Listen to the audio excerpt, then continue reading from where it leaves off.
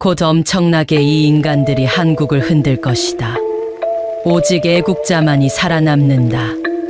많은 사람들이 예언에 관심을 갖고 있고 특히 유명한 예언가들의 말만 믿는 경향이 있다.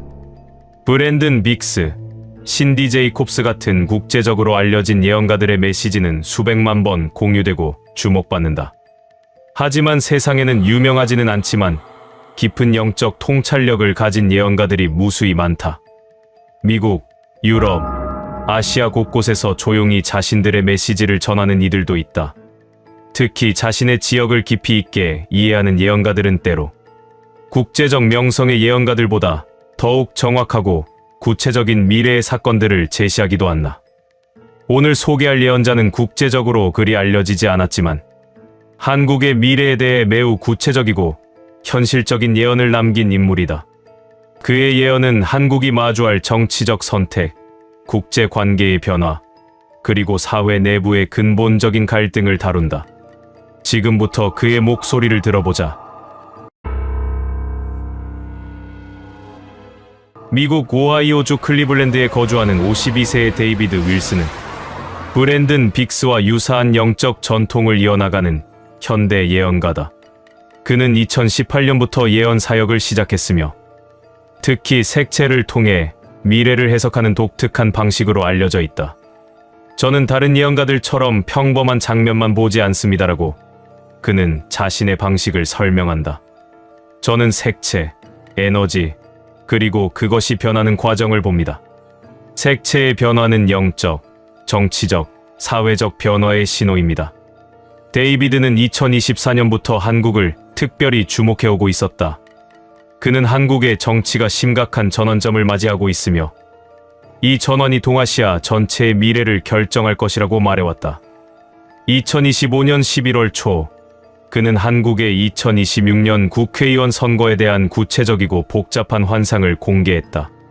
그 환상은 3시간이 넘는 영상으로 제작되었으며 공개 후 250만 뷰를 기록했다. 데이비드 윌슨이 공개한 환상에서 가장 먼저 주목할 부분은 붉은색에 관한 것이다. 저는 한국의 하늘을 봤습니다라고 그는 영상을 시작했다. 그런데 갑자기 하늘 전체가 붉은색으로 물들어갑니다. 마치 거대한 파도가 밀려오는 것처럼 붉은색이 한반도를 덮습니다. 이 붉은색의 의미에 대해 설명했다. 이것은 정치적 변화를 의미합니다. 구체적으로는 2026년 국회의원 선거와 관련된 것입니다. 특정 정치 세력, 특정 이념이 한국을 압도하기 시작한다는 뜻입니다. 환상에서 느껴지는 감정에 대해서도 묘사했다. 처음에는 국민들이 이 변화를 긍정적으로 봅니다. 어떤 기대와 희망이 담겨 있습니다. 하지만 동시에 불안감도 있습니다. 이 붉은색이 얼마나 오래 지속될 것인가 하는 의문이 있습니다. 붉은색이 한국을 완전히 덮는 시기에 대해 구체적으로 예언했다. 2026년 중반 국회의원 선거가 끝나면서 이 붉은색이 절정에 달합니다. 한 정치 세력이 국회에서 압도적 다수를 차지하게 될 것입니다. 데이비드의 환상은 여기서 극적인 반전을 보인다. 붉은색이 계속될 것으로 보였지만 갑자기 변화가 일어난다는 것이다. 환상의 중간 지점에서 이상한 일이 일어났습니다라고 그는 설명했다. 붉은색이 모든 것을 덮는 듯 했지만 갑자기 그 중간에서 노란색이 솟아나옵니다. 처음에는 작은 점처럼 보이던 노란색이 점점 커져서 붉은색을 밀어냅니다.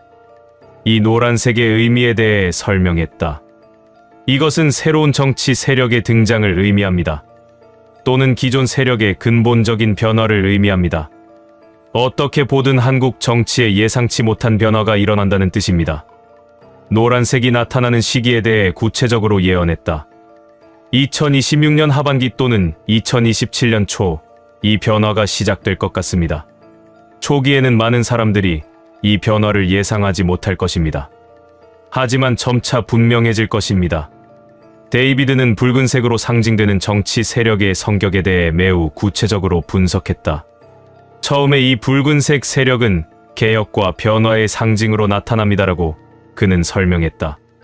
국민들이 기대를 가지고 이들을 지지합니다. 하지만 집권하면서 그들의 진정한 의도가 드러나기 시작합니다. 그들의 이중성에 대해 묘사했다. 겉으로는 한국의 이익을 위한다고 말하지만 실제로는 다른 의도를 추구합니다. 특히 외교 정책에서 이것이 명확하게 드러납니다. 데이비드의 환상에서 가장 중요한 부분은 붉은색 세력이 중국과의 관계를 급격히 강화할 것이라는 내용이었다. 붉은색 세력이 집권하면서 한국의 외교 정책이 180도 바뀝니다라고 그는 강조했다. 미국과의 거리를 두기 시작합니다. 대신 중국과의 관계를 급속도로 강화합니다. 구체적인 정책 변화에 대해 설명했다. 무역 관계의 재편, 정치인들의 중국 방문 급증, 경제적 의존도의 증가, 이 모든 것이 동시에 진행됩니다. 국민들의 반응에 대해 묘사했다. 일부는 이 변화를 이해합니다. 이들은 현실주의적 외교라고 평가합니다. 하지만 다른 일부는 이것을 배신이라고 느낍니다. 중국과의 관계 심화의 대가에 대해서도 언급했다. 미국과의 동맹이 약해집니다. 국방 협력이 축소됩니다. 한국은 점차 중국의 영향권으로 들어가게 됩니다. 데이비드의 환상은 2027년에 극적인 변화를 맞이한다. 그것은 중국 지도자의 교체와 동시에 한국 내 정치 세력의 심각한 분열이다. 2027년 초 중국의 지도부가 교체됩니다라고 그는 명확하게 예언했다. 이는 예상된 일이 아닙니다. 갑작스러운 변화입니다. 새로운 중국 지도자가 나타나게 됩니다. 새 지도자의 성향에 대해 설명했다. 새로운 중국 지도자는 기존의 개방 정책보다 더욱 보수적이고 강경합니다. 또는 지정학적 이해관계에서 한국에 대한 입장을 바꿉니다. 이것이 한국에 미치는 영향에 대해 구체적으로 예언했다. 한국은 깜짝 놀라게 됩니다. 그동안 중국 쪽으로 경도했던 정책이 갑자기 문제가 되기 시작합니다. 한국 내에서 강한 저항이 생깁니다. 데이비드의 가장 극적인 예언은 이 시점에서 한국이 두 개의 세력으로 나뉜다는 것이었다. 한국은 이 순간 완전히 두 진영으로 나뉩니다라고 그는 강조했다. 한쪽은 미국과의 관계 복원을 주장합니다. 다른 한쪽은 여전히 중국과의 협력을 주장합니다. 친미 세력에 대해 설명했다. 이들은 미국과의 전통적 동맹 관계를 복원해야 한다고 주장합니다. 한국이 중국에 너무 가까워졌다는 것에 경각심을 갖습니다. 이들은 국방, 기술, 경제 모든 분야에서 미국과의 협력 강화를 주장합니다. 친중 세력에 대해서도 묘사했다. 이들은 여전히 중국과의 관계를 우선시해야 한다고 주장합니다. 이미 투자한 경제적 이해관계가 있기 때문입니다. 중국과의 완전한 단절은 한국 경제에 치명타가 될 것이라고 주장합니다. 데이비드는 이 두 세력 사이의 갈등이 매우 심각할 것이라고 예언했다.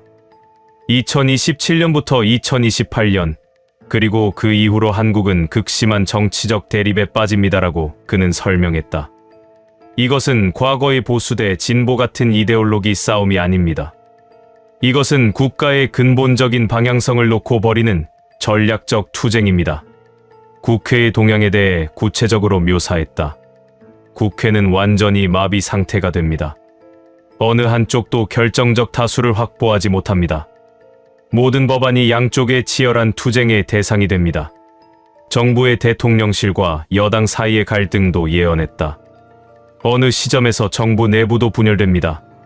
대통령실 내에도 친미파와 친중파가 있습니다. 이들이 서로의 발목을 잡으며 투쟁합니다. 데이비드는 이 한국 내 갈등이 가벼운 국내 정치만의 문제가 아니라 국제 강대국들의 영향을 받을 것이라고 강조했다. 미국은 한국의 친미 세력을 지원합니다라고 그는 설명했다. 정치인들, 언론인들, 기업인들, 친미 세력의 각 부문에 미국의 지원과 영향력이 미칩니다. 중국의 개입에 대해서도 언급했다. 중국도 마찬가지입니다. 한국의 친중 세력에 대한 지원을 계속합니다. 경제적 유인, 정치적 압박, 모든 수단을 동원합니다. 이러한 외부 개입이 갈등을 악화시킨다고 강조했다. 한국의 두 세력은 더 이상 국내 정치 논리만으로 움직이지 않습니다. 그들은 미국과 중국의 대리인처럼 움직이게 됩니다. 오직 애국자만이 살아남는 데이비드의 환상에서 가장 희망적인 부분은 이 끝없는 갈등의 끝에 관한 것이었다. 그는 결국 오직 진정한 애국자들만이 살아남는다고 예언했다. 2028년, 2029년을 거치면서 선별이 시작됩니다라고 그는 말했다. 친미든 친중이든 오직 진정한 애국심을 가진 사람들만이 국민들의 지지를 받게 됩니다. 거짓된 지도자의 실패에 대해 설명했다. 미국의 지원을 받거나 중국의 지원을 받는 것만으로는 장기적 성공을 거둘 수 없습니다. 국민들이 조금씩 눈을 뜨기 시작합니다. 진정한 애국자의 특징에 대해 구체적으로 묘사했다. 진정한 애국자는 어느 강대국의 대리인이 아닙니다. 그는 또는 그녀는 오직 한국과 한국 국민의 이익만을 추구합니다. 외부의 압박에 흔들리지 않으면서도 현실주의적으로 한국의 이익을 지킵니다. 데이비드의 환상은 이러한 선별과 여과의 과정을 거쳐 마침내 새로운 지도자가 나타난다는 것으로 결론난다. 이 애국자들 중에서 진정한 지도자가 나타납니다라고 그는 말했다. 그 지도자는 기득권이 없습니다. 어느 외부 세력의 지원도 받지 않습니다. 오직 국민들의 신뢰와 지지만을 바탕으로 세워집니다. 특히 추가적으로 저는 한국 사회에 특별한 경고와 당부를 전하고 싶습니다라고 데이비드 윌슨은 진지한 목소리로 말했다. 저는 한국의 40대와 50대 세대를 보았습니다라고 그는 설명했다. 이 세대는 현재 한국 사회의 중추입니다. 정치, 경제, 사회의 거의 모든 의사결정 권한을 이들이 가지고 있습니다. 하지만 환상 속에서 이 세대는 무언가에 깊이 취해 있었습니다. 그들이 취해 있는 것의 정체에 대해 구체적으로 설명했다. 그것은 권력에 대한 집착입니다. 또는 과거에 대한 집착입니다. 이 세대는 자신들이 경험했던 시대, 자신들이 이루었던 성취에 너무나 집착하고 있습니다.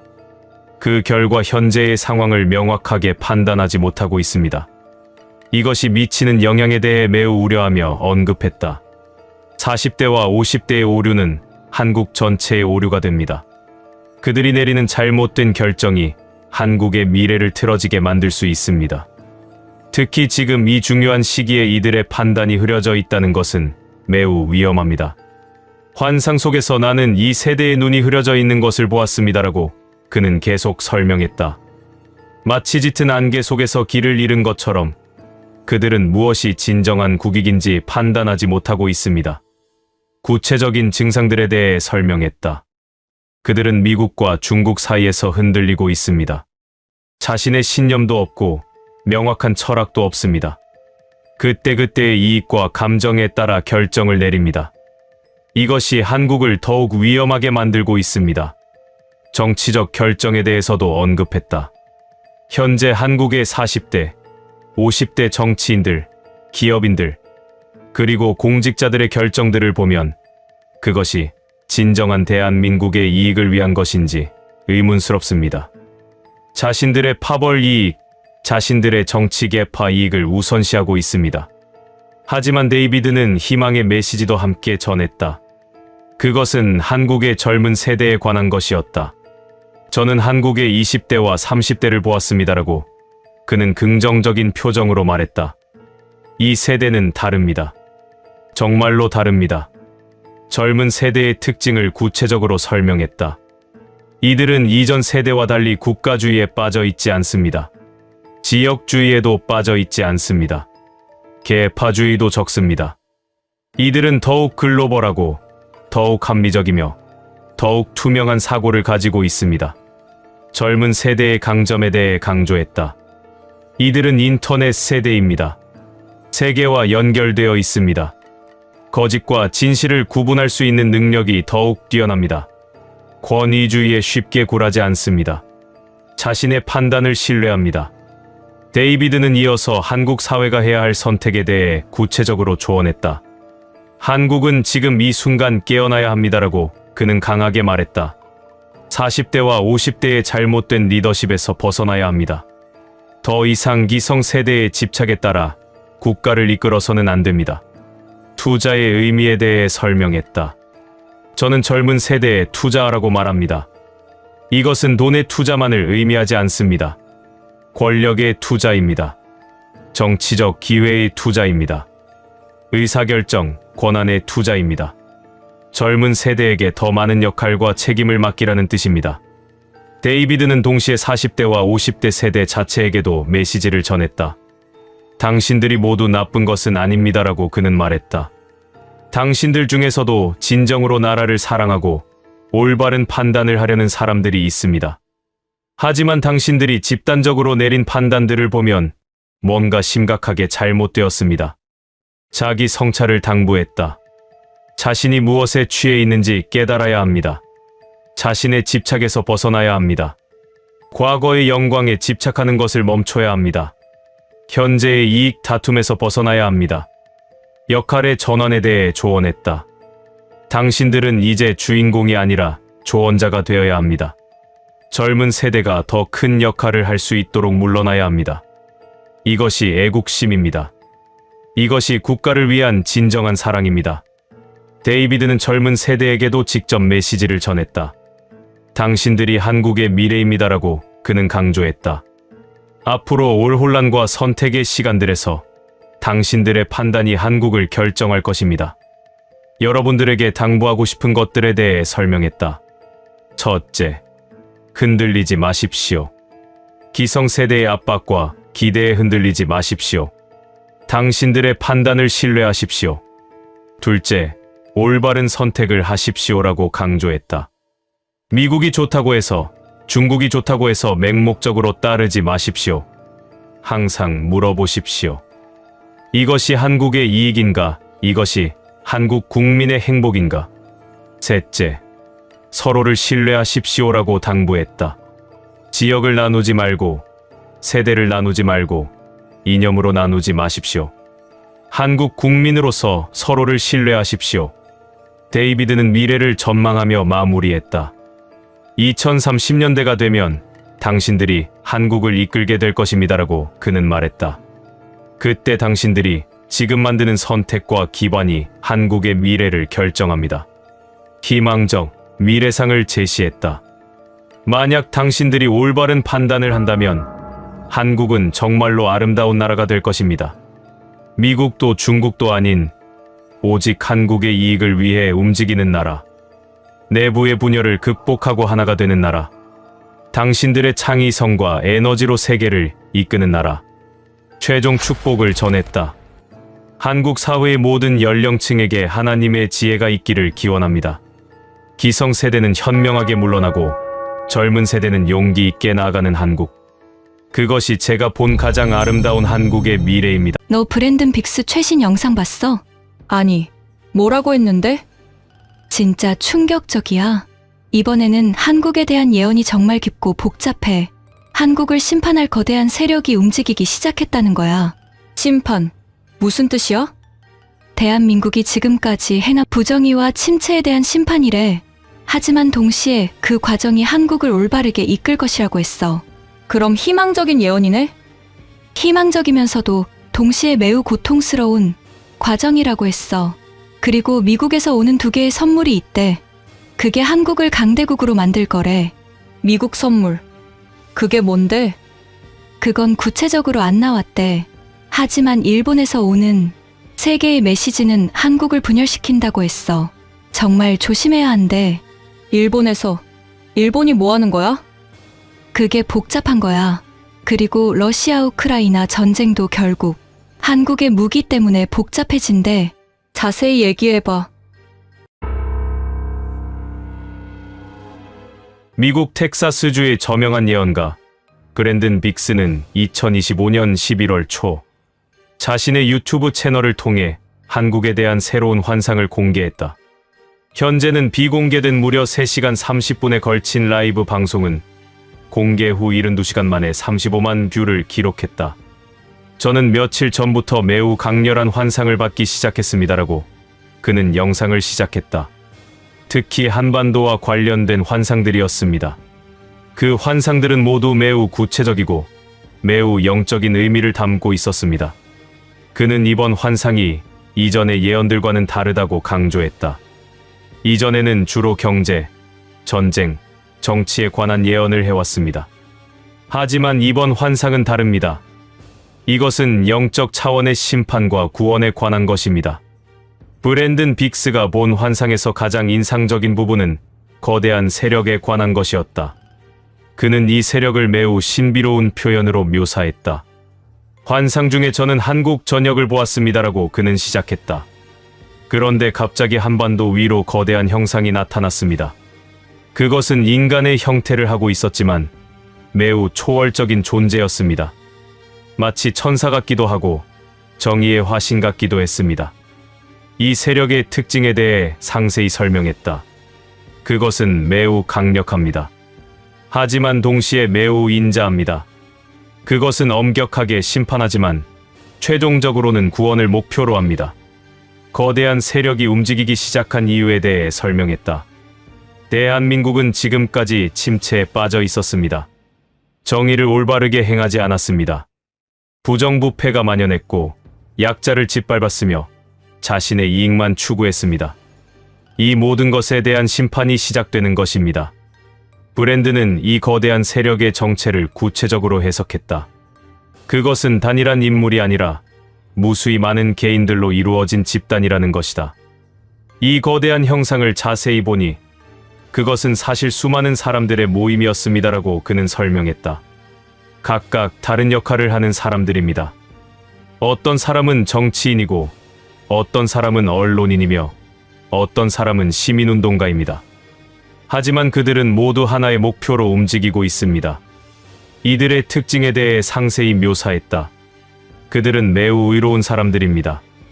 그들은 진정으로 대한민국을 올바른 길로 이끌고 싶어 합니다.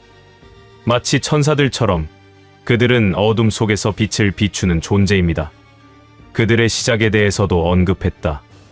처음에는 작은 움직임입니다. 아주 작은 발걸음부터 시작합니다. 한두 명의 개인에서 시작해서 점차 더 많은 사람들이 모이기 시작합니다. 브랜드는 이 거대한 세력의 움직임이 어떻게 진행될 것인지 구체적으로 예언했다. 처음에는 사람들이 이 움직임을 제대로 인식하지 못합니다라고 그는 설명했다. 언론도 크게 주목하지 않고 기득권층은 이를 무시합니다. 하지만 시간이 지나면서 이 움직임이 점점 커집니다. 구체적인 진행 과정을 묘사했다. 2025년 말부터 2026년 초까지 작은 폭로들이 시작됩니다. 부정부패, 비리, 억압, 이 모든 것들이 밝혀지기 시작합니다. 처음에는 소수만 주목하지만 점차 국민 전체가 주목하게 됩니다. 변화의 속도에 대해서도 예언했다. 2026년 중반이 되면 이 움직임의 속도가 매우 빨라질 것입니다. 기득권층이 반발할수록 더 많은 국민들이 이 세력을 지지하기 시작합니다. 마치 눈사태처럼 작은 움직임이 거대한 흐름으로 변할 것입니다. 브랜든이 본 환상에서 가장 심각한 부분은 이 과정에서 일어날 변화와 희생에 관한 것이었다. 이 과정은 매우 고통스럽습니다라고 그는 엄숙하게 말했다. 대한민국이 올바른 길로 돌아서는 것은 간단한 일이 아닙니다. 많은 사람들이 기득권을 포기해야 하고 많은 개인들이 자신의 편안함을 버려야 합니다.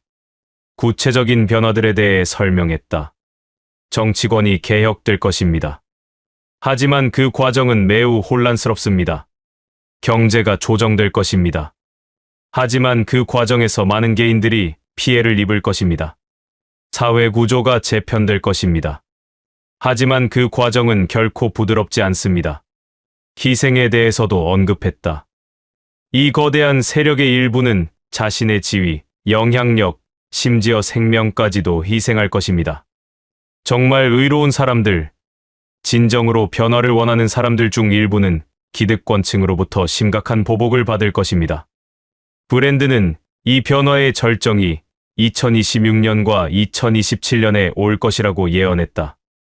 2026년은 대한민국이 가장 혼란스러운 해가 될 것입니다라고 그는 강조했다. 정치, 경제, 사회 모든 분야에서 동시에 충돌이 일어납니다. 기득권층은 변화에 저항하고 개혁 세력은 강하게 밀어붙입니다. 국민들은 극도의 분열에 빠집니다. 2027년에 대해서도 설명했다. 2027년은 결정의 해입니다. 이 해를 거치면서 대한민국이 어느 길로 갈 것인지가 결정됩니다. 올바른 길로 갈 것인가? 아니면 다시 과거로 돌아갈 것인가? 브랜드는 이 과정에서 외부의 도움도 있을 것이라고 예언했다. 특히 미국에서 오는 2개의 중요한 선물에 대해 언급했다. 저는 미국의 대통령이 한국을 방문하는 장면을 보았습니다라고 그는 설명했다. 그리고 그는 2가지 중요한 선물을 가져옵니다. 그것들은 물질적인 것이 아니라 기술과 지원입니다. 첫 번째 선물에 대해 구체적으로 설명했다. 첫 번째 선물은 고도의 방위 기술입니다. 이것은 한국의 국방력을 획기적으로 강화할 것입니다. 한국이 이 기술을 보유하게 되면 동아시아에서 더 강한 위치를 차지하게 될 것입니다. 2번째 선물에 대해서도 언급했다. 2번째 선물은 정보 기술입니다. 이것은 한국의 첨단 기술 산업을 새로운 단계로 끌어올릴 것입니다. 한국이 이 기술을 습득하게 되면 세계 기술 시장에서 한국의 위치가 극도로 높아질 것입니다. 이 2 선물의 종합적 효과에 대해 설명했다. 이 2 선물을 통해 한국은 진정한 의미의 강대국 반열에 올라갈 것입니다. 더 이상 미국의 부마가 아니라 미국과 대등한 위치에서 협상할 수 있는 국가가 될 것입니다. 브랜든이 본 환상에서 우려스러운 부분은 일본에서 오는 메시지였다. 그는 이것이 한국 사회에 심각한 분열을 일으킬 것이라고 경고했다. 저는 일본에서 한국으로 향하는 3개의 화살을 보았습니다라고 그는 매우 신중한 표현으로 말했다. 이것들은 군사적 공격이 아닙니다. 오히려 정보와 메시지입니다. 첫 번째 메시지에 대해 설명했다. 첫 번째 메시지는 역사 문제에 관한 것입니다. 일본이 과거의 역사 왜곡을 더욱 심화시킬 것입니다.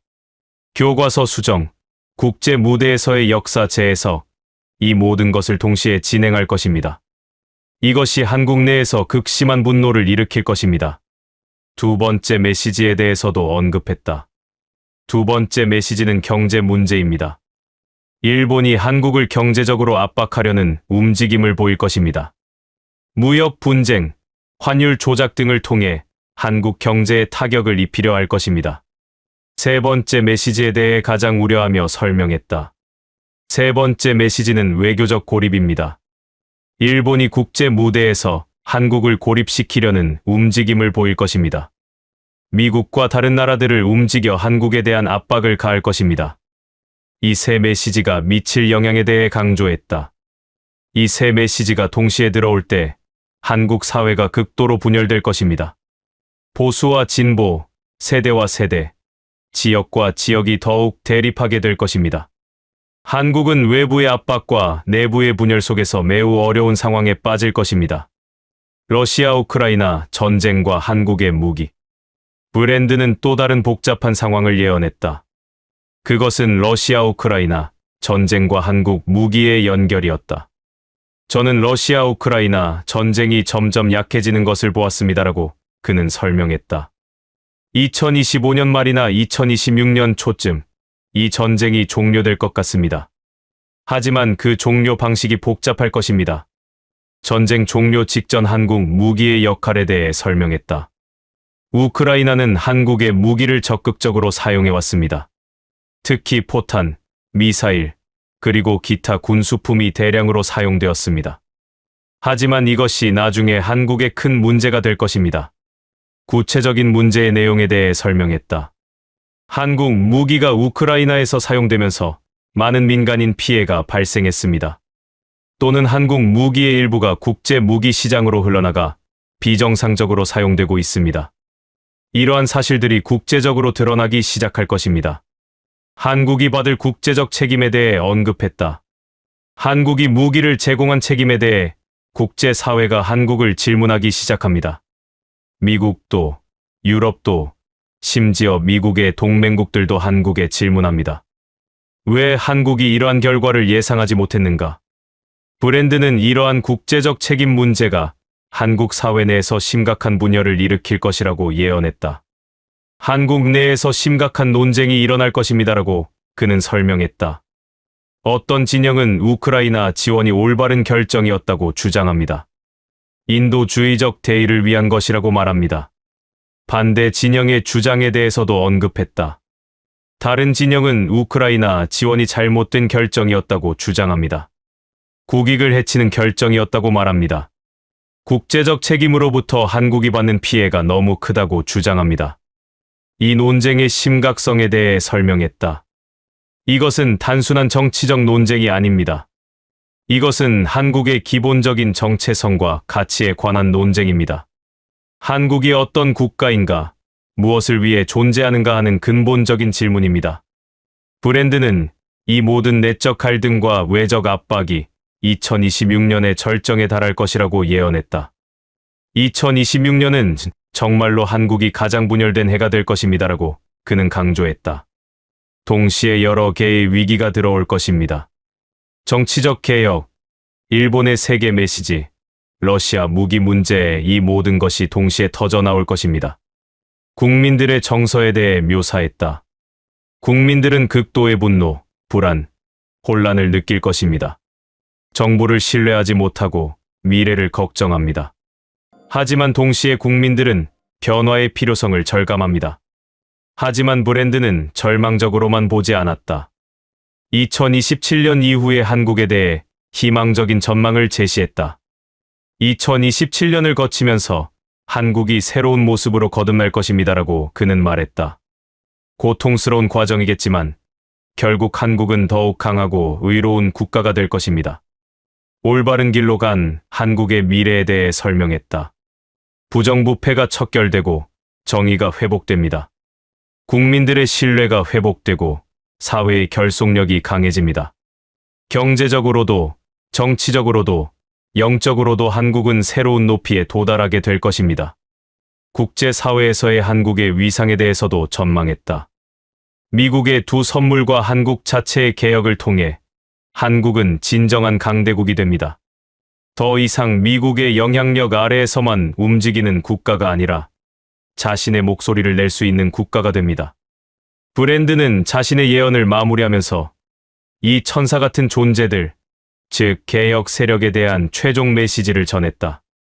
브랜든 빅스는 영상과 집회, 예언 메시지에서 종종 한국만큼 예언에 관심이 많고 순수하게 자신의 나라를 사랑하는 국민을 본 적이 없다고 언급한다.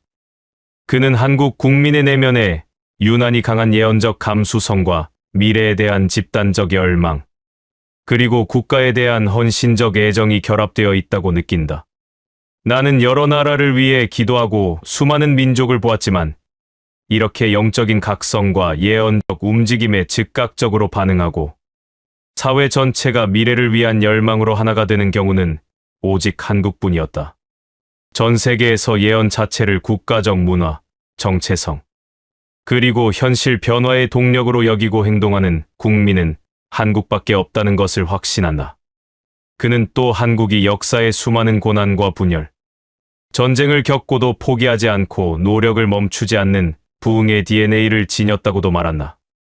그 믿음은 한국의 내면 깊숙이 자리 잡은 국민적 간절함과 정직한 자기 비판, 그리고 이런 위기를 반드시 넘어설 것이라는 집단적 신념에서 비롯된다.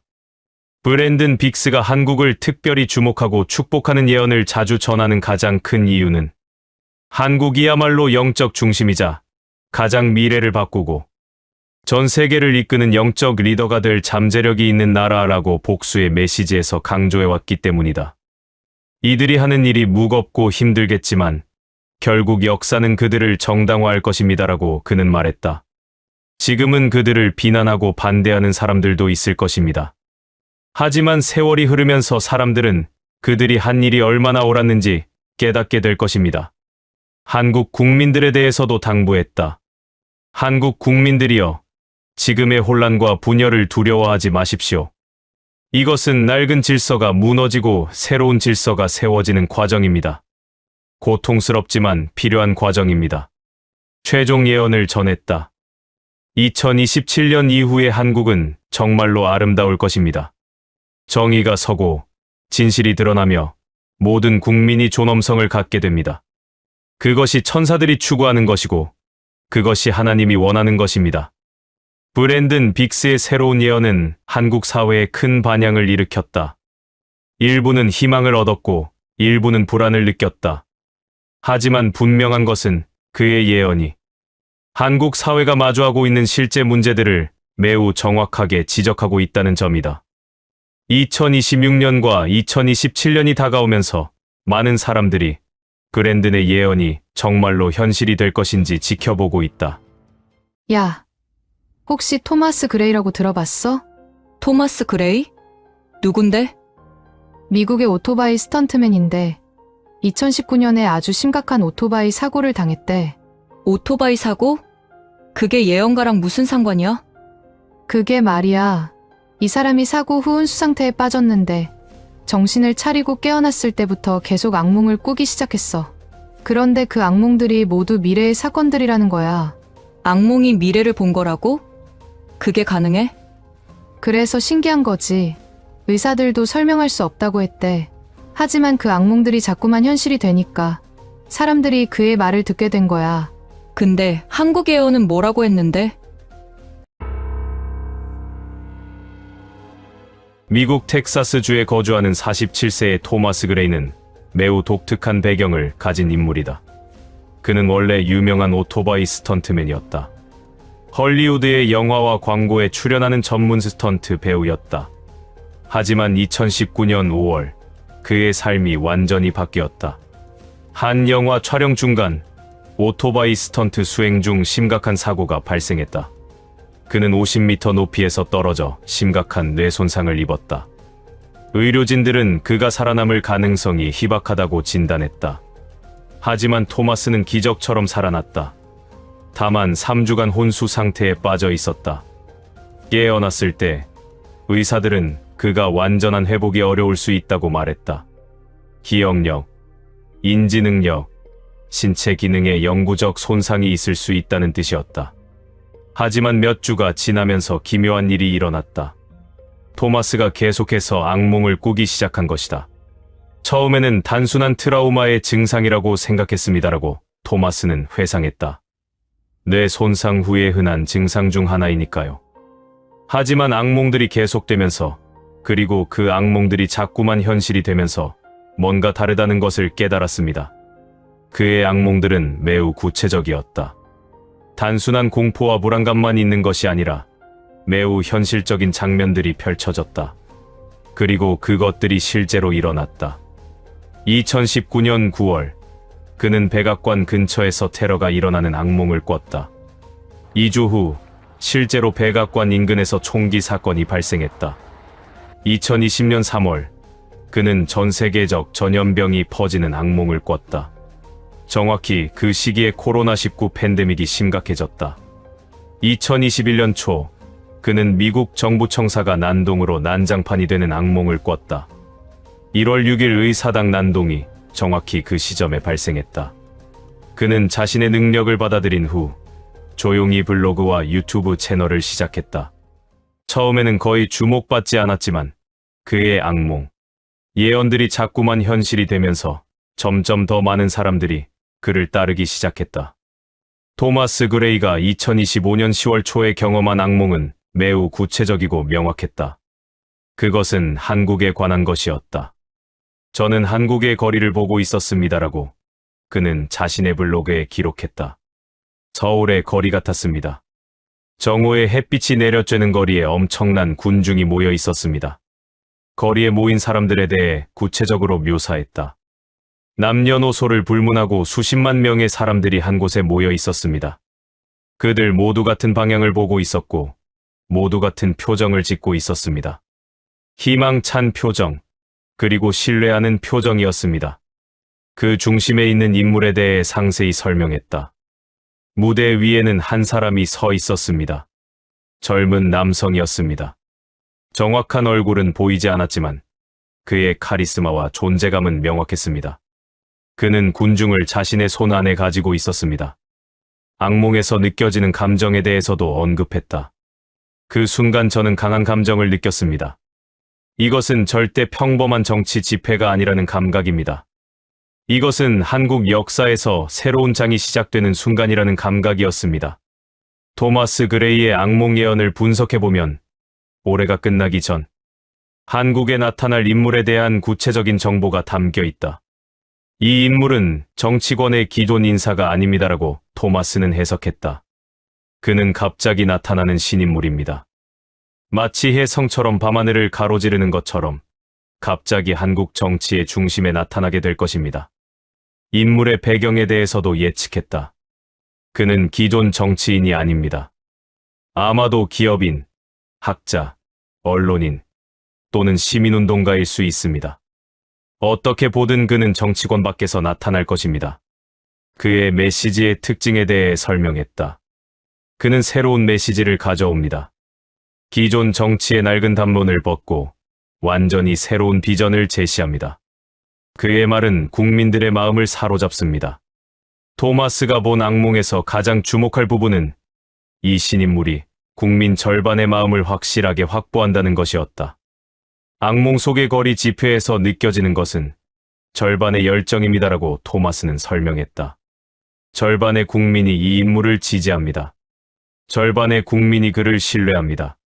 절반의 국민이 그를 따릅니다. 이것이 의미하는 바에 대해 구체적으로 말했다. 나머지 절반은 어떻게 되는가? 악몽 속에서는 거리의 다른 쪽에 또 다른 군중이 있었습니다. 그들은 침묵하고 있었습니다. 또는 의아해하고 있었습니다. 이 분열의 의미에 대해 분석했다. 한국 사회가 극도로 분열된 상태입니다. 하지만 동시에 절반의 국민이 이 신인물을 명확하게 지지하고 있습니다. 이것은 한국 정치에서 매우 드문 현상입니다. 신인물의 인기가 일시적인 것이 아닐 것이라고 예측했다. 이 인기는 계속될 것입니다. 2025년 끝까지 이어질 것이고 2026년, 2027년을 거치면서 더욱 강해질 것입니다. 토마스는 자신의 악몽 해석에서 가장 중대한 예언을 했다. 이 신인물은 단순한 정치인이 아니라 훗날 한국의 대통령이 될 것이라는 것이다. 악몽의 끝 부분에서 저는 시간이 흘러가는 것을 보았습니다라고 그는 말했다. 마치 영화의 빠른 감기처럼 시간이 흘러갑니다. 그리고 그 인물이 더욱 높은 위치에 오르는 것을 봅니다. 결국 그는 한국의 최고 지도자가 됩니다. 대통령 당선의 시기에 대해 구체적으로 예측했다. 이것은 아마 2028년이나 2029년의 대선에서 일어날 것 같습니다. 정확한 시점은 여러 변수에 따라 결정될 것이지만 2030년대 초반에는 반드시 그가 한국의 지도자가 될 것입니다. 당선까지의 과정에 대해서도 설명했다. 처음에는 작은 정치적 역할에서 시작할 것입니다. 시장, 도지사 또는 국회의원 같은 자리에서요. 그 과정에서 그는 뛰어난 실적을 보여줄 것입니다. 국민들의 신뢰가 점점 커질 것입니다.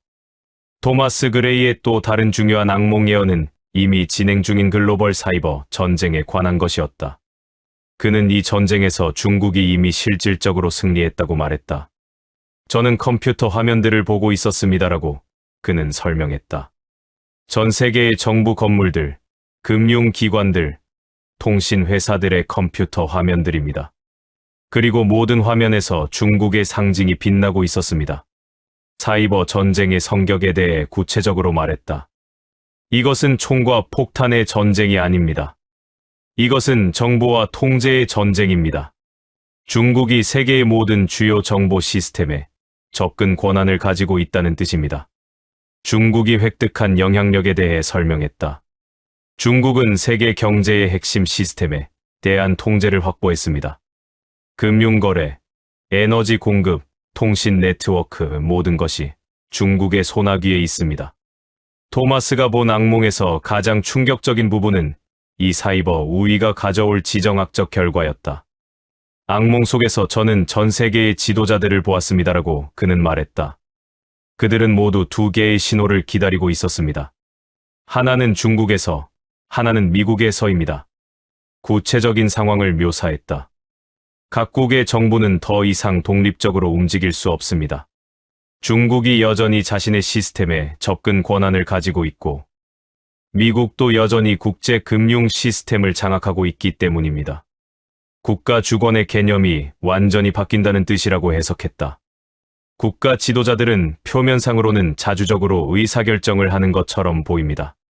하지만 실제로는 중국 또는 미국의 요구사항을 무시할 수 없습니다. 한국의 상황에 대해서도 구체적으로 예측했다. 한국도 예외가 아닙니다. 한국의 새로운 대통령이 등장해도 그는 중국의 요구와 미국의 요구 사이에서 균형을 맞춰야 합니다. 완전한 독립적 행동은 불가능합니다. 토마스는 이 사이버 우위가 국제 정치에 가져올 변화에 대해 매우 구체적으로 설명했다. 각국의 정부 지도자들은 더 이상 진정한 의미의 독립 국가를 운영할 수 없습니다라고 그는 명확하게 말했다. 그들은 중국의 요구사항을 무시할 수 없습니다. 왜냐하면 중국은 그들의 국가 시스템 전체에 대한 통제권을 가지고 있기 때문입니다. 미국과의 관계에 대해서도 설명했다. 물론 미국도 여전히 강력합니다. 미국은 국제 금융 시스템의 달러 중심성을 유지하고 있습니다. 하지만 그 달러 시스템도 중국의 감시 아래에 있습니다.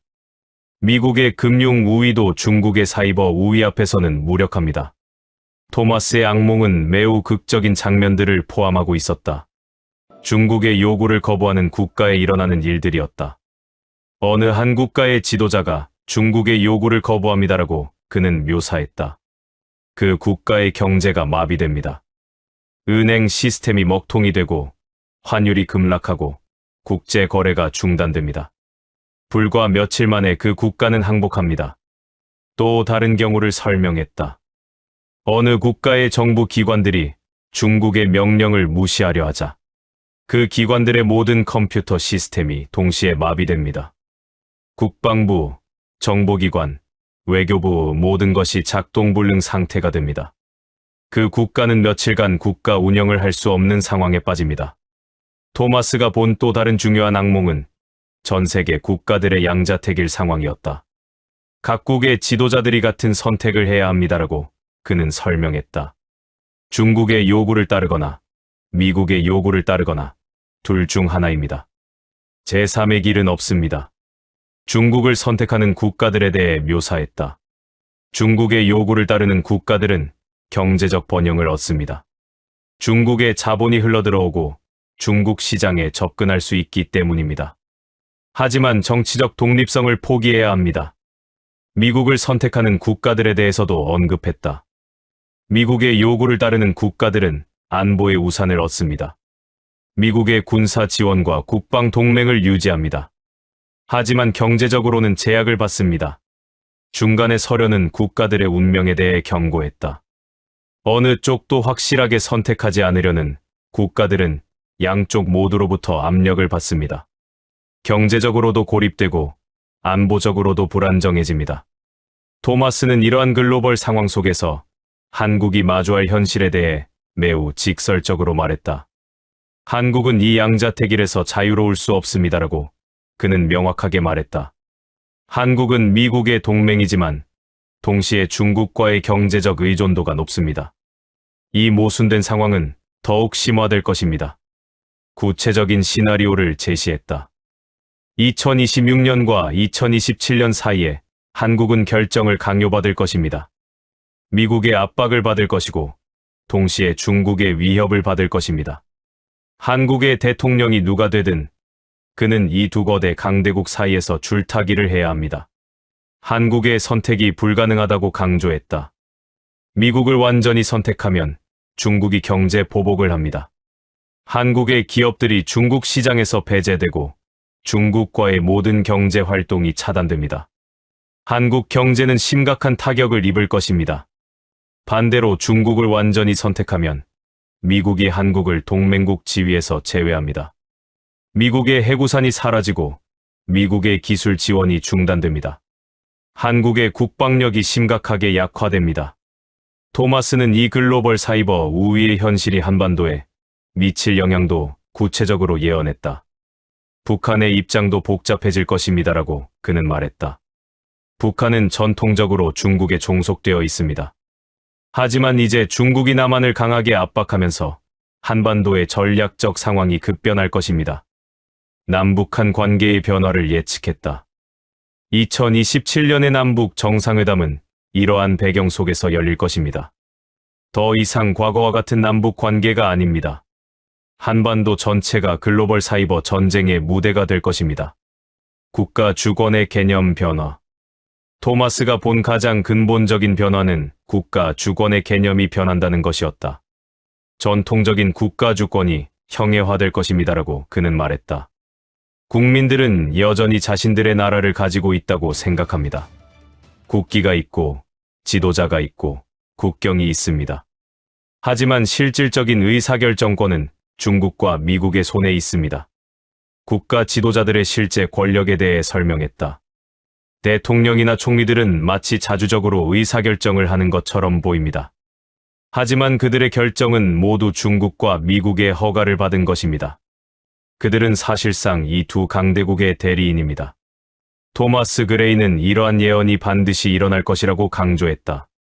이것은 예측이 아니라 거의 확실한 미래입니다라고 그는 말했다. 왜냐하면 이 모든 것이 이미 진행 중이기 때문입니다. 중국은 이미 전 세계의 주요 시스템에 접근하고 있습니다. 미국도 이를 인식하고 있습니다. 둘 다 더 이상 돌이킬 수 없는 지점을 넘었습니다. 각국이 할 수 있는 것에 대해서도 언급했다. 개별 국가들이 할 수 있는 일은 매우 제한적입니다. 그들은 이 글로벌 현실 속에서 최선을 다할 수 있을 뿐입니다. 자신들의 국익을 최대한 지키려고 노력할 수 있을 뿐입니다. 마지막 경고를 전했다. 세계는 더 이상 예전의 세계가 아닙니다. 국가들 사이의 전쟁은 과거의 일입니다. 이제 전쟁은 사이버 공간에서 벌어집니다. 그리고 그 전쟁에서 중국이 이미 승리했습니다. 모든 국가들, 심지어 미국도 이 새로운 현실에 적응해야 합니다. 토마스는 남북한 관계의 개선이 2027년에 이루어질 것이라고 예언했다. 하지만 그것이 반드시 평화를 의미하지는 않는다고 경고했다. 남북한의 정상이 만나는 것은 2027년입니다라고 그는 명확하게 말했다. 하지만 그 만남은 현재의 정치 구도가 크게 변한 후에 이루어질 것입니다. 만남이 가능해지는 조건에 대해 설명했다. 2026년과 2027년을 거치면서 동아시아의 전략적 상황이 크게 변할 것입니다. 미국의 영향력이 약화되고 중국의 영향력이 더욱 강화될 것입니다. 이 속에서 남북한이 새로운 협상을 시작하게 될 것입니다. 만남의 성격에 대해서도 언급했다. 이것은 기존의 남북한 정상회담과는 다를 것입니다. 이것은 새로운 지정학적 현실을 반영한 만남이 될 것입니다. 토마스 그레이는 자신의 악몽 예언을 마무리하면서 올해 말부터 시작되는 한국의 새로운 시대에 대해 희망의 메시지를 전했다. 한국은 앞으로 변화의 시대를 맞이합니다라고 그는 말했다. 그 변화의 중심에는 한 신인물이 있을 것입니다. 그 인물이 국민 절반의 마음을 사로잡고 그 신뢰를 바탕으로 정치의 전면에 나설 것입니다. 불완전한 독립이지만 강한 리더십이라고 표현했다. 한국이 완전한 독립을 누리기는 어려울 것입니다. 하지만 새로운 지도자는 이 제약 속에서도 한국의 이익을 최대한 추구할 수 있는 실력을 보여줄 것입니다. 2027년 이후의 한국을 전망했다. 2027년 남북 정상회담이 열리고 한반도의 새로운 시대가 시작될 것입니다. 완전한 통일은 아니지만 새로운 형태의 남북 관계가 구축될 것입니다. 마지막 당부를 전했다. 한국 국민들이여, 2025년 말의 변화에 주목하십시오. 예성같이 나타나는 인물을 놓치지 마십시오. 그가 바로 한국의 새로운 시대를 열 사람입니다. 토마스 그레이의 악몽 예언은 한국뿐만 아니라 전 세계의 관심을 받고 있다. 그의 과거 예언들의 정확성을 고려할 때 그의 새로운 예언도 무시할 수 없다. 2025년 말, 과연 그가 예언한 신인물이 한국의 무대에 등장할 것인가? 그리고 그 인물이 정말로 국민 절반의 마음을 사로잡을 것인가? 모든 눈이 한반도를 향해 집중되어 있다. 야, 너 요즘 신디 제이콥스 채널 자주 봐? 근데 11월에 뭔가 특별한 예언을 했다던데. 맞아. 정말 길고 상세한 영상이야. 2시간 45분이나 되는데 중간중간 보면서도 소름이 돋았어. 뭐가 그렇게 충격적인데? 일단 한국이 지금 속에서부터 망가지고 있다는 예언부터 시작해. 마치 나무가 벌레에 갉아먹히듯이. 정말. 그럼 자세히 얘기해봐. 처음부터 차근차근. 미국 텍사스의 신디 제이콥스는 2025년 11월 1일 평소보다 더 길고 상세한 예언 영상을 공개했다. 무려 2시간 45분에 걸친 이 영상은 공개 후 48시간 만에 200만 뷰를 돌파했다. 저는 이번 11월을 매우 특별한 달로 봅니다라고 그녀는 영상 오프닝에서 말했다. 10월에 놀라운 사건들이 11월에 그 진정한 의미를 드러낼 것입니다. 특히 한반도와 미국의 관계에서 역사적 변화가 시작될 것입니다. 신디는 최근 며칠간 특별히 강렬한 기도 시간을 가졌다고 밝혔다. 그 중에 하나님께서 여러 환상을 보여주셨습니다. 그 환상들은 모두 한국과 관련된 것이었습니다. 그리고 그것들이 모두 연결되어 있다는 것을 깨달았습니다. 그녀는 이번 예언이 희망만이 아니라 경고도 포함하고 있다고 강조했다. 많은 사람들이 저의 예언을 긍정적인 것만 받아들이려 합니다. 하지만 진정한 예언은 항상 도전과 기회를 함께 담고 있습니다. 이번 예언도 마찬가지입니다. 한국에 큰 나무가 썩고 있습니다. 신디 제이콥스의 11월 예언에서 가장 먼저 주목할 부분은 한국을 상징하는 큰 나무에 관한 환상이다. 그녀는 이를 매우 구체적으로 묘사했다. 환상 중에 저는 한국의 모습을 큰 나무로 보았습니다라고 그녀는 시작했다. 매우 크고 웅장한 나무였습니다. 뿌리는 깊고 줄기는 굵으며 가지들은 하늘을 향해 뻗어 있었습니다. 그런데 그 나무에 이상한 것이 보였다고 했다. 나무의 몸통 곳곳에서 빨간색 또는 주황색 벌레들이 기어다니고 있었습니다. 매우 작은 벌레들이지만 그들이 하는 일은 매우 파괴적이었습니다. 그들은 나무의 껍질을 뚫고 속살을 파고 들어가고 있었습니다. 벌레들의 정체에 대해 구체적으로 설명했다. 이 벌레들은 한국 사회 내의 작은 악들을 상징합니다. 부정부패, 불의, 탐욕, 이기심 등 개인적 악들입니다. 각각은 작아 보이지만 모여서 큰 파괴력을 발휘합니다. 벌레들의 행동 방식에 대해서도 상세히 묘사했다. 그들은 조직적으로 움직입니다. 마치 집단 무리를 이루어 동시에 여러 곳을 공격하는 것처럼 보였습니다. 그들이 파고드는 속도가 점점 빨라지고 있었습니다. 나무의 상태 변화에 대해 경고했다. 아직은 나무가 버티고 있습니다. 외형상으로는 큰 문제가 보이지 않습니다. 하지만 내부에서는 심각한 손상이 진행되고 있습니다. 만약 지금 조치를 취하지 않는다면 머지않아 나무가 무너질 것입니다. 붕괴의 시기에 대해 구체적으로 예언했다. 제 예상으로는 2026년 중반쯤이 위험한 시기가 될 것 같습니다. 그때쯤이 되면 나무 내부의 손상이 심각한 수준에 도달할 것입니다. 외부에서 보지 못하던 문제들이 한꺼번에 터져 나올 것입니다. 신디는 이 벌레들이 구체적으로 무엇을 의미하는지 더 자세히 설명했다. 그녀는 한국 사회 내에서 이미 진행 중인 부정부패와 불의를 지적했다. 지금 한국에서는 많은 문제들이 일어나고 있습니다라고 그녀는 직설적으로 말했다. 정치인들의 비리, 기업인들의 탈세, 종교인들의 위선, 관료들의 부정부패.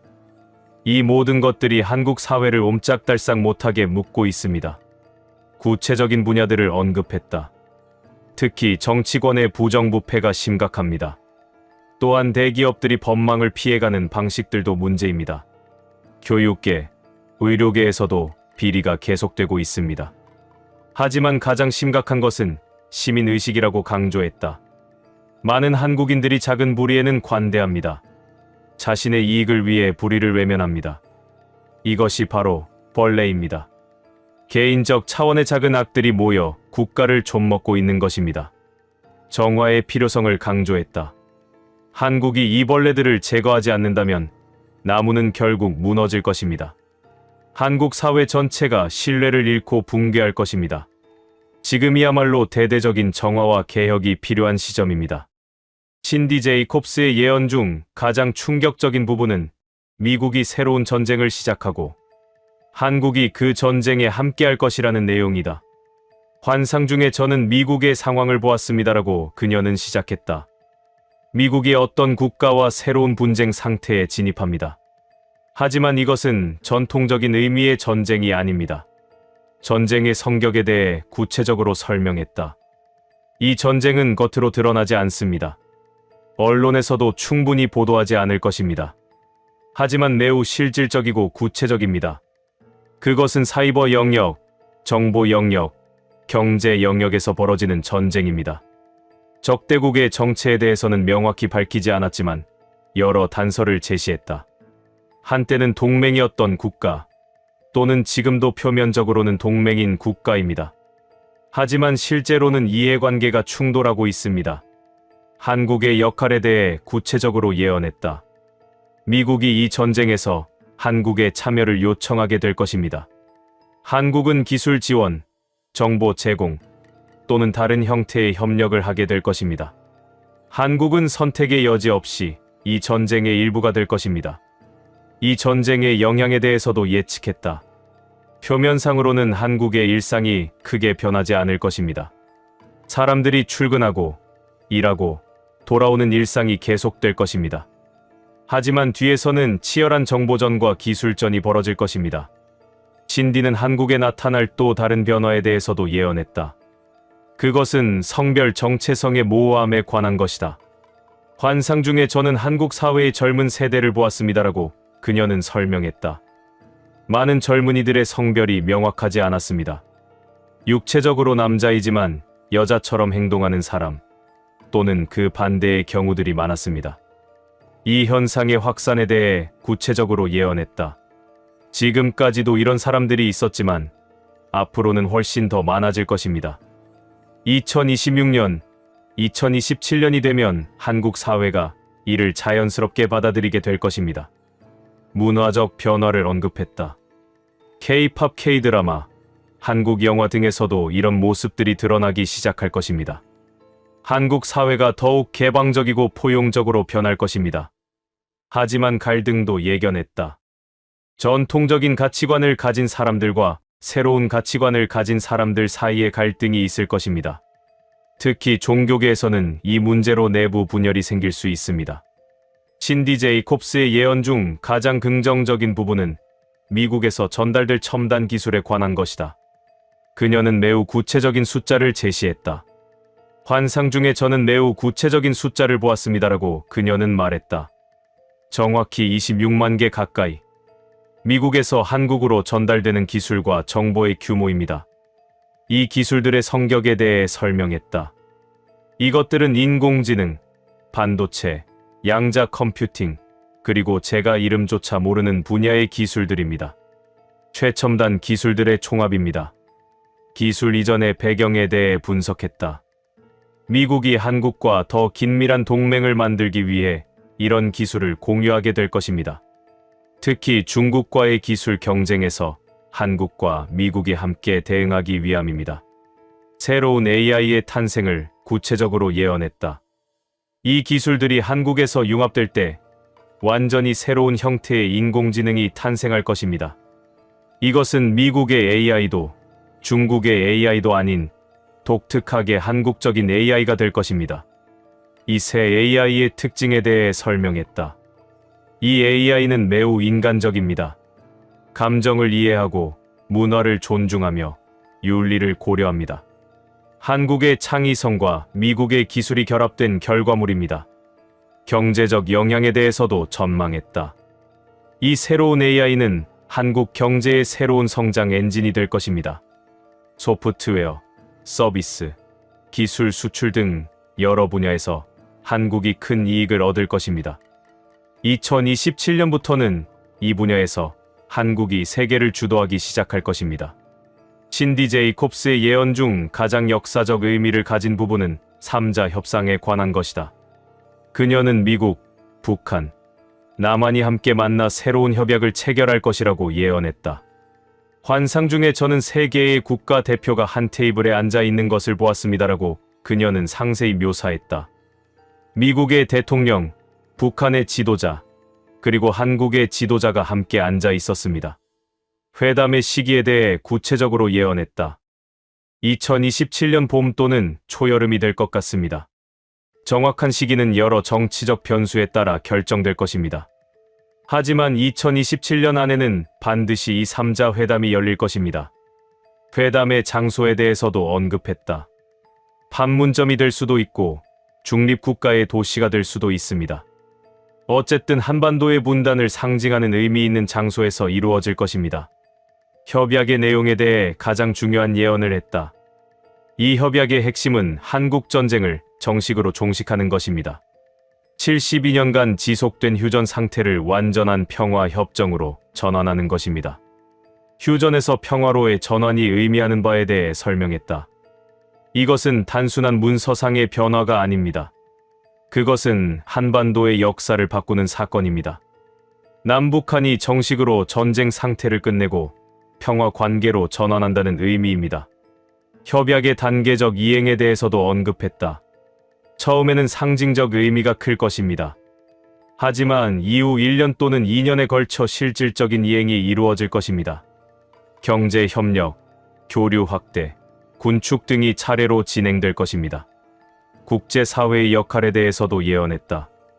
미국, 중국, 러시아, 일본 등 주변국들도 이 협약을 보증하게 될 것입니다.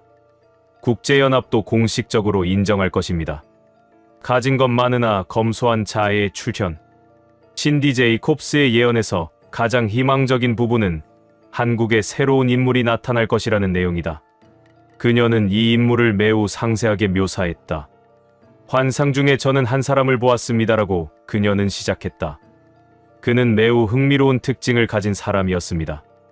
겉으로는 평범해 보였지만 안을 보면 깊이가 있었습니다. 그 사람의 경제 상태에 대해 구체적으로 설명했다. 그는 상당한 자산을 가지고 있습니다. 돈도 있고 영향력도 있고 사회적 지위도 있습니다. 하지만 그는 그것들을 뽐내지 않습니다. 매우 검소하고 겸손합니다. 그의 사고 방식에 대해 특별히 강조했다. 그는 매우 많은 것을 생각합니다. 깊이 있는 사고를 합니다. 세상의 문제들을 진지하게 고민합니다. 하지만 그의 사고는 항상 올곧습니다. 원칙을 벗어나지 않습니다. 정의를 추구합니다. 그의 행동 방식에 대해 설명했다. 말은 많지 않지만 행동으로 보여줍니다. 약속을 지키고 책임을 다합니다. 권력을 추구하지 않지만 책임 있는 자리에 서게 됩니다. 그의 나이대와 배경에 대해서도 언급했다. 이 사람은 현재 30대 또는 40대 초반일 것 같습니다. 기존 정치권과는 다른 배경을 가지고 있습니다. 민간이나 학계 또는 사업계에서 나타날 것입니다. 그는 대통령이 될 것입니다. 신디 제이콥스는 이 인물의 미래에 대해 매우 분명하게 예언했다. 이 사람은 훗날 한국의 대통령이 될 것입니다라고 그녀는 단호하게 선포했다. 아직은 많은 사람들이 그를 알지 못할 것입니다. 하지만 앞으로 몇 년 안에 그가 한국 정치의 중심에 나타날 것입니다. 대통령 당선의 시기에 대해 예언했다. 이것은 2028년이나 2029년의 선거에서일 것 같습니다. 정확한 시기는 여러 정치적 변수에 따라 달라질 것입니다. 하지만 2030년대 초반에는 반드시 그가 한국의 지도자가 될 것입니다. 당선까지의 과정에 대해 구체적으로 설명했다. 처음에는 작은 정치적 역할에서 시작할 것입니다. 지방 정부 또는 국회의원 같은 자리에서요. 그 과정에서 그는 뛰어난 능력과 깊은 신뢰를 보여줄 것입니다. 국민들의 지지에 대해서도 언급했다. 많은 한국인들이 이 사람에게 끌릴 것입니다. 기존 정치인들과는 다른 모습 때문입니다. 검소함, 올곧음, 책임감 이런 것들이 국민들의 마음을 움직일 것입니다. 신디는 이 새로운 대통령이 추진할 정책과 비전에 대해서도 예언했다. 그는 부정부패 척결을 최우선으로 삼을 것입니다라고 그녀는 말했다. 정계, 관계, 사업계의 부정부패를 강력하게 처벌할 것입니다. 이것이 그의 정부의 가장 큰 특징이 될 것입니다. 경제 민주화를 추진할 것이라고 예언했다. 대기업의 과도한 권력을 조절하고 중소기업과 자영업자들을 지원할 것입니다. 부의 집중을 완화하고 보다 공정한 경제 구조를 만들 것입니다. 교육 개혁도 주요 정책이 될 것이라고 했다. 현재의 입시 중심 교육을 개선하고 더욱 창의적이고 인본적인 교육으로 전환할 것입니다. 외교 정책에 대해서도 예언했다. 이 대통령은 주변국들과 균형 있는 관계를 유지할 것입니다. 미국, 중국, 일본, 러시아와 모두 우호적이면서도 독립적인 외교를 펼칠 것입니다. 특히 북한과의 관계에 대해 강조했다. 이 대통령 재임 중에 남북한 관계가 획기적으로 개선될 것입니다. 앞서 언급한 평화 협약도 이 대통령 시대에 이루어질 가능성이 높습니다. 신디 제이콥스는 자신의 11월 예언을 마무리하면서 한국인들에게 강력한 메시지를 전했다. 한국은 지금 매우 중요한 시점에 있습니다라고 그녀는 강조했다. 앞으로 몇 년이 한국의 미래를 결정할 것입니다. 지금의 선택과 행동이 미래의 한국을 만들 것입니다. 내부 정화의 필요성을 다시 한번 강조했다. 한국 사회 내의 벌레들을 제거해야 합니다. 각자가 자신의 자리에서 정직하고 올곧게 행동해야 합니다. 작은 부정도 용납하지 않는 문화를 만들어야 합니다. 변화를 두려워하지 말라고 당부했다. 성별 정체성의 문제, 다문화 사회로의 진입, 기술 혁신 등 많은 변화가 올 것입니다. 이것들을 두려워하거나 거부하지 말고 현명하게 받아들여야 합니다. 통합의 중요성도 강조했다. 한국 사회의 여러 분열과 갈등을 넘어 하나로 움직여야 합니다. 지역감, 이념 갈등, 세대 갈등을 극복해야 합니다. 모두가 함께 한국의 미래를 만들어야 합니다. 국제 무대에서의 한국의 역할에 대해서도 언급했다. 한국은 더 이상 피동적 국가가 아닙니다. 미국과 중국 사이에서만 줄타기를 하는 것이 아닙니다. 한국은 능동적으로 세계 정치에 참여하고 영향력을 행사하는 국가가 되어야 합니다. 마지막 축복을 전했다. 하나님의 축복이 한국 위에 있습니다. 비록 앞으로 도전이 있겠지만 한국은 이를 극복하고 더욱 큰 나라로 성장할 것입니다. 새로운 리더십 아래 한국의 황금기가 올 것입니다. 2027년과 그 이후를 주목하십시오. 신디 제이콥스의 11월 예언은 한국 사회에서 즉시 화제의 중심이 되었다. 그녀의 구체적이고 희망적인 예언, 특히 새로운 지도자의 등장과 평화 협약, 한국인들에게 희망을 주었다. 동시에 벌레의 비유를 통한 사회 부정부패에 대한 경고는 심각한 경각심을 불러일으켰다. 11월이 진행되면서 많은 사람들이 신디의 예언이 실제로 일어나는지 지켜보기 시작했다.